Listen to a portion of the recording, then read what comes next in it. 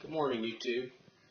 Today's video is about EDC knives, everyday carry. The reason I'm making this video is I've seen a lot of videos on knives out there on YouTube, and there's a wide variety of different knives for many different price points. And the one thing that I wanted to point out in this video, there's another YouTube channel that does a lot of knife reviews, and I have a lot of respect for the guy, but the fact of the matter is that I just don't have $100, $300 to spend on an EDC knife. And actually, for that price point, I have to determine, am I getting my money's worth? And in some kind of situation where I'm working, even just around the house, am I willing to lose that knife, or am I willing to beat up that knife to the point where it loses its value? I mean, when you're talking about a $200 knife, $300 knife, a lot of the guys that are using those are keeping the boxes. They might take it out once in a while and play with it. But most of that seems to me to be a collector's knife, not an everyday carry knife. So in this selection of knives I have here, none of these knives was over $100. And actually the most expensive knife in here is the SOG knife. But the fact of the matter is, I look for the same things in my knives that most of you do. I want a knife that's going to hold up, stand up to abuse. Let's face it, I'm not cutting paper. I want a very sharp knife. I want to be able to sharpen my knife quickly, and I want it to hold an edge. But ultimately, I don't believe that I'm going to be doing surgery with this everyday carry knife.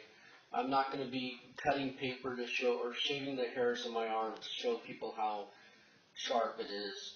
In reality, what I'll probably be doing is cutting boxes, cutting rope, cutting some sort of media that we run into in our everyday lives. So with any of these knives, I have used them all. And I've used them all around the house. So I know they can cut well. The other thing I like in these knives is the size. Now I have one knife, the Gerber, that's a little too big for my hand. It's just doesn't give me a good control surface. And that's another thing you need in your everyday carry knife. You don't want it too big. This is a great knife, this Gerber, but just too big for my hand, not practical for me.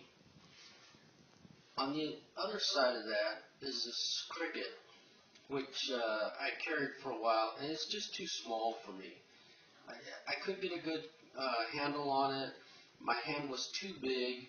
The cutting surface, as you can see, is not large.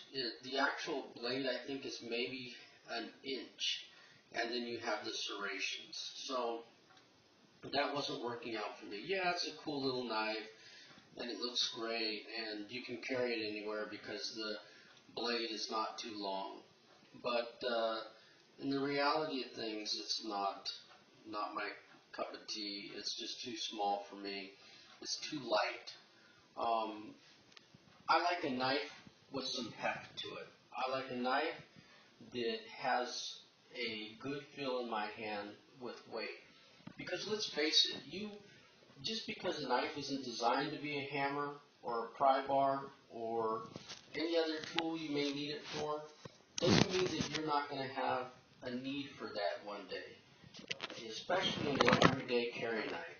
You may need it to drive a stake, to unscrew a rusty screw. You may need it for a variety of things, and in that case, having a little lightweight knife that doesn't have the ability to have any bulk to it, it's not going to help you out.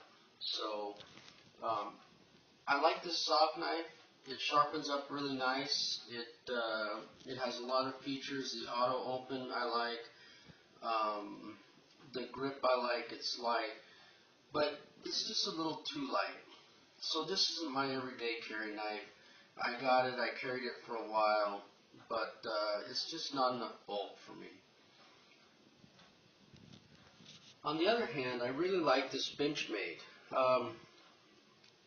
The top one is, once again, a little small and a little light for me, but these knives are well made for the price point, and they will last and last.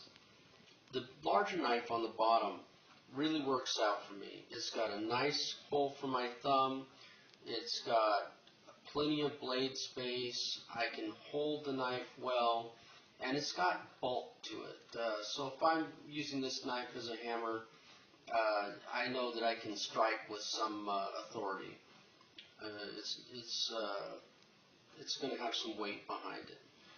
But that's still not my everyday carry knife. What I really like are these Smith & Wesson knives. Now I know that may get a lot of comments about the steel. Look, there's a lot of technical stuff you can find out about steel and which steel is the best and blah blah blah. You know, the fact of the matter is, the best knife is the knife you have on you and the knife that you can use effectively. I found these Smith & Wesson knives to be great. I think I paid $10 for each of these. So for $10 at the gun show, uh, you get a great knife. Each one of these knives has good bulk to it. The serrations on the surface for your hand and the ability for you to hold these knives is excellent. They have quick actions, and they sharpen up relatively quickly with just one of those little sharpening tools. I'm not great at stone sharpening. Like I said, I don't need a surgical instrument when I'm cutting. I'm not performing surgery. What I am doing is hacking at branches, whittling down something, cutting rope, cutting boxes, and these knives, I have to say, have proven to be just fantastic for everyday carry. They have a lot of bulk. I'm not worried about using them for a hammer that I'm going to destroy a $300 knife. These knives are 10 bucks. I can get 5 of them and just destroy them. But the fact of the matter is, they are durable.